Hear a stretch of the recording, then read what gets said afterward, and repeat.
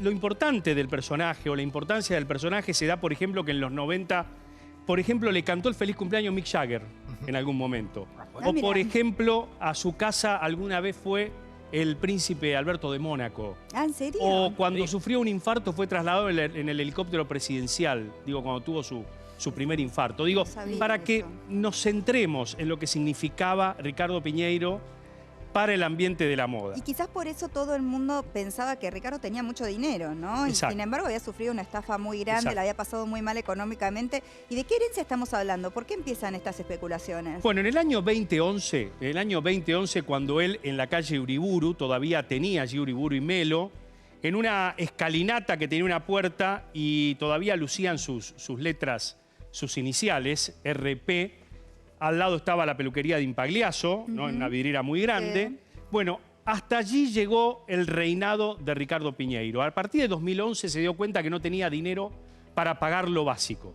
Digo, lo que había sido una agencia internacional de modelos, ¿no? Evidentemente, las deudas, el nivel de vida, algún pedido de quiebra que lució por ahí y planteos de la AFIP terminaron con un Ricardo Piñeiro obligado a cambiar su modo de vida. Tenía muchos juicios. Exactamente. Y uno de los juicios era precisamente con la Administración Federal de Ingresos Públicos por retención de aportes.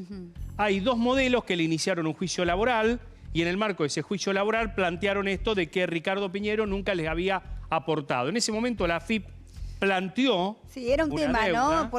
Yo me acuerdo porque yo en ese momento trabajaba de modelo y era un tema como quién aportaba. La relación claro, que si estabas en relación de dependencia o no. La relación de dependencia. Estas, en realidad, le hace el juicio, como decía Mariano, a las modelos.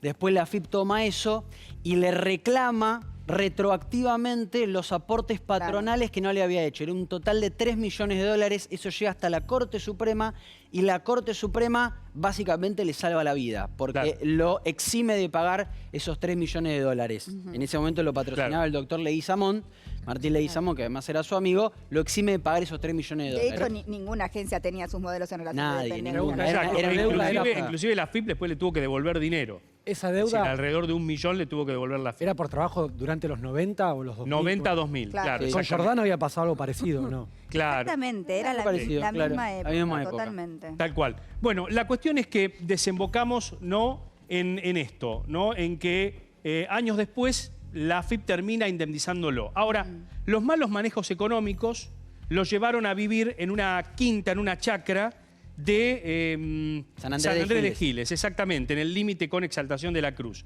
La cuestión es que allí se refugió, allí vivió en la más extrema soledad, él no se daba con su familia. Una campana me cuenta que en realidad él estaba alejado de su familia por una cuestión de distancia, su familia estaba en Uruguay.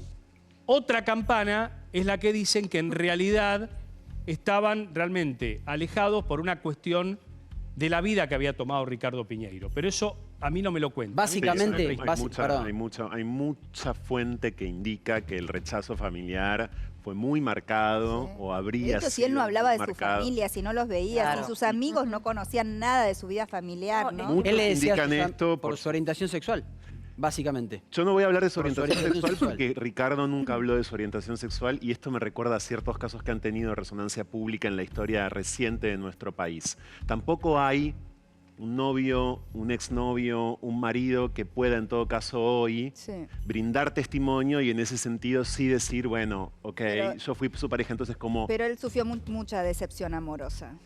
Claro, pero nunca fue pública su vida sexoafectiva, vamos a decirlo así. Y al no haber sido nunca pública su vida sexoafectiva, bueno, no vamos a hacer nosotros. Que él nunca... Y además otra cosa, pero mucha fuente indica que allí estaría la raíz, estaría la raíz del enfrentamiento familiar, exactamente, por todo esto. Y mucha gente por estas horas está, Mariana, muy sorprendida de la irrupción del hermano de Ricardo, que finalmente ayer organizó la despedida de su la familia viene por los bienes. Ahí está el conflicto, claro. Quería adelantarme con un pequeño dato, porque Carlos, lo que dice muy bien Franco, el hermano, hay gente que no sabía que se llamaba Carlos. Es decir, el grupo íntimo no sabían de la existencia de un hermano que vivía en Uruguay, pero que estaban alejados hace muchísimos años y ni siquiera el nombre de pila sabían. Algunos amigos, Daniel Gómez Rinaldi, César Jurisic, Bueno, entonces la irrupción de él, incluso no quería el hermano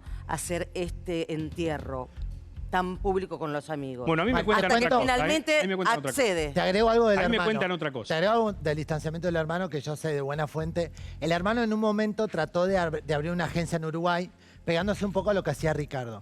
Como al hermano le fue tan mal, Ricardo tuvo que recolectar, digamos, todo el lío que él hizo y limpiar el nombre del hermano. Y el hermano en algún punto lo traicionó y por eso también eligen separarse. Bueno, él vive, perdón, ¿no? Pero él hola, vive, Matilda, le damos la hola. bienvenida, que hoy ¿Cómo está va? invitada Matilda, vamos a hablar de moda después. Él tuvo varias traiciones en su vida. La persona que manejaba todo su dinero lo traiciona. El contador. ¿No? En la agencia, y eso para él fue una cosa, pero fue la debacle. Porque fue una traición personal. Fue una más allá, traición, sí. era un amigo. Era un amigo, y realmente cuando nos enteramos todos en ese momento, yo creo que todos lo sufrimos por él. Era una persona, bueno, era muy querida. Realmente era muy querida por su grupo de modelos. Nunca se recompuso esa relación. Por las productoras de moda. No se recompuso, ¿no? Porque fue, o sea... Terrible. Lo liquidó. A mí me cuentan una versión diferente. A mí me cuentan... ¿El hermano? A mí me cuentan una versión diferente del hermano. A mí me cuentan que con el hermano solamente había un tema de distancia de kilómetros, que el hermano cuando él sufre el ACV inmediatamente viene a Buenos Aires y lo cuida, y que junto a un grupo muy estrecho de modelos que eran amigas de Ricardo, que son amigas de Ricardo, organizaron las exequias allí en este cementerio, que en el Parque Memorial, ¿no? de Pilar. Exactamente, sí. Que el momento, y recién se acaba de terminar la misa también. Claro, exacto. En homenaje a él, en Las Esclavas, en la calle Montevideo. Bueno, y ese es otro capítulo de la vida de Ricardo, porque Ricardo cuando se recluye en este departamento de la calle Las Heras, al 1600, ese departamento que vos hablás de los 500.000, del $500.000, es un aproximado. Sí, es un aproximado. Lo que A mí me cuesta. hablaron de $400.000 Sí. y me aseguran que es el único bien. Exacto, el único bien. Y que lo ambientó como la paternita. Es decir, prácticamente lo ambientó con los muebles, los cuadros, el color, para dar esa sensación que le daba vivir en el campo, en esa chacra que tuvo que malvender en la década del 2010. Porque era una planta baja. Claro, Porque exactamente. cuando uno dice departamentos, imagina, era una planta baja. Una planta baja. Según lo que pude chequear de base de datos que hay en la FIP y en la UIF en algún momento, él está muy apremiado con las deudas. Y él vende la chacra de San Andrés de Giles, que era de 10 hectáreas, que tenía una entrada hecha en acero, una cosa así, muy llamativo para ese momento. Lo venden $600.000. Muy por debajo. Muy por debajo. Muy mal vendido. Claro, muy mal vendido. Sí, Muy por debajo del valor que debía ser. De hecho, una de las personas que iba a comprarla era Fernando Burlando. Pero le resultaba inseguro y finalmente no lo compró. Lo venden $600.000. Comparte esos $600.000, paga deudas. Tenía muchísimas deudas para pagar porque estaba prácticamente en la bancarrota. Y con lo que le sobra es que compra ese departamento en planta baja, que ahora está más o menos a precio de mercado $500.000, por ahí. Sí. Es lo único que le queda. No tiene auto. Según la ley, ese departamento es para los hermanos, digamos, al no tener herederos directos. Exactamente. Al no tener matrimonio, al no tener cónyuge, al no tener hijos, al no tener padres, es para los hermanos, ¿no? Es para los hermanos y no hay nada que lo pueda impedir, salvo un testamento. Salvo un testamento. Si vos me decís que Ricardo Piñeiro dejó un testamento en una escribanía y registrado, no lo sabemos hasta que no se inicie la sucesión. Claro. El tema es... Yo acabo de chequear en la justicia civil y no hay ninguna causa iniciada.